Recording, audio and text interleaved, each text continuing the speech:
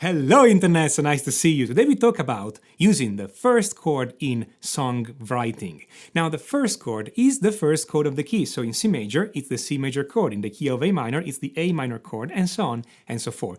It's the simplest, most humble chord of the key, and in many ways it's also the most important chord of the key. And knowing how to use it, even if it's super basic and super simple, it will really make the difference in the kind of songs you write. So the first chord is the chord that actually establishes in what key you are in. And so for this reason, many songs start with the first chord and end with the first chord. So a song in C major will typically, most of the time, start with a C major chord and end with a C major chord.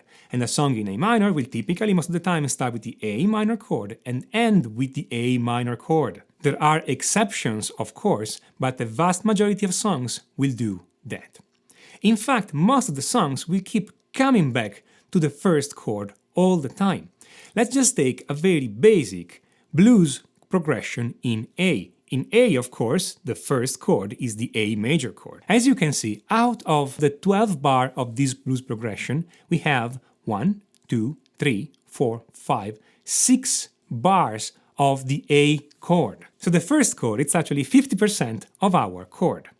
The other two chords, the D and the E, build on the first chord by adding some tension, but this tension is consistently created and resolved by coming back on the first chord. In case you've never heard a blues progression before, here's a very plain and simple version of it so that you can hear exactly in what chord we are.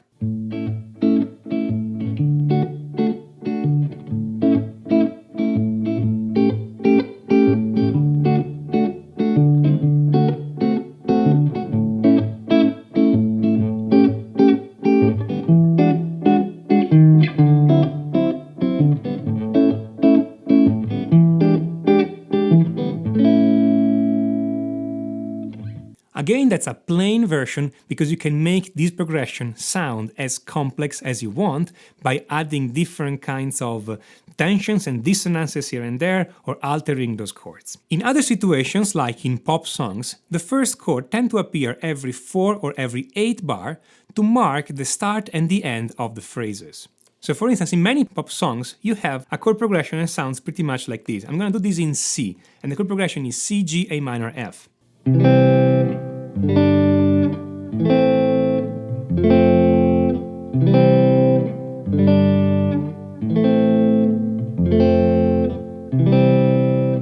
This specific chord progression, it's called the 4-chord pop chord progression because it's super common in pop music. The C chord is fundamental in this progression because it marks a new repetition. Every time you hear the C chord, you know the chord progression is starting again. Now, of course, that's not the only possibility for using the first chord in pop music. Another way of using the first chord comes courtesy of the Beatles. Let's take the chord progression of Let It Be.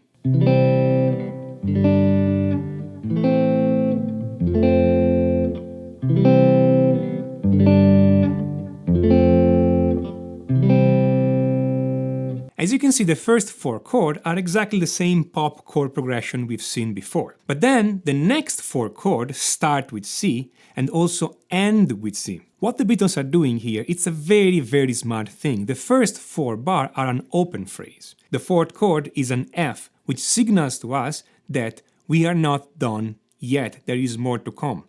And the second 4 chords start with C to signal the start of a new phrase, but also end with C to signal that the second phrase is a closed phrase, which gives the listener more a sensation of rest. When you hear the song, you hear that in the first 4 bars we have what is called a call, and then in the second 4 chords we have what is called a response. The first phrase and the second phrase work together, the second phrase responding to the first phrase. And since the first phrase is open, this signals to us that there's something more to come. And the second phrase is closed, stands with a C, signaling us that those 2 phrases, this little group of 2 phrases, it's closed now. Then we repeat the whole thing, and this is the verse. So the Beatles are using this first chord very intelligently, twice to open a phrase and once to close a phrase. So far we've seen where to use the first chord, but it's also very important to know where not to use it. In most of the songs, for instance, the first chord is not used in the bridge. You may use it in the verse, you may use it in the chorus, but it's very rare to be seen it used in a bridge, and that's because the bridge is supposed to be something that is different from the verse and the chorus, and the best way to make it different is to not use the most common chord and the most restful chord, which is the first chord.